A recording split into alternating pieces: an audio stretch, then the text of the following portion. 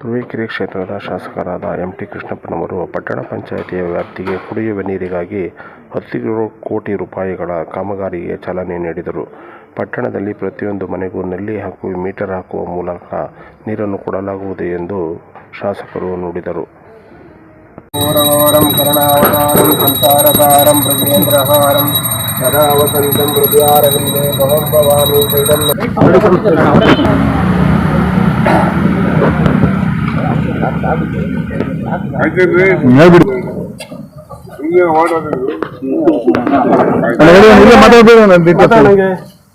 ಜೊತೆಗೆ ಕೋಟಿ ರೂಪಾಯಿ ದುಡ್ಡು ಸ್ಯಾಂಕ್ಷನ್ ಮಾಡಿದ್ದಾರೆ.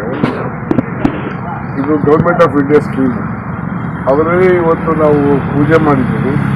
ಮನೆ ಮನೆಗೆ ನಲ್ಲಿ ಕೊಟ್ಟಿದೆ ಆಲ್ರೆಡಿ. ಇನ್ನೂ ಕೊಡ್ತೀವಿ ವರ್ಷದಲ್ಲಿ. ಈಗ ಟ್ಯಾಂಕ್ ಮಾಡಿಸಿದ್ದೀವಿ. ಟ್ಯಾಂಕ್ ಪರ್ಮಿಷನ್ ಕೊಟ್ಟು ಕೊಡಿಸಿದ್ದೀವಿ.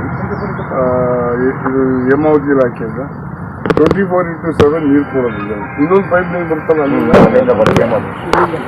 ಅಲ್ಲ ಕಟ್ಟಿದ್ದ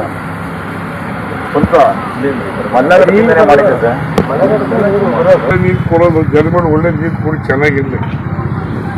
ಏನ್ ಮಾಡೋದು, ದುಡ್ಡು ತಾನು ರೋಟ್ ಹಾಕ್ತಾರೆ.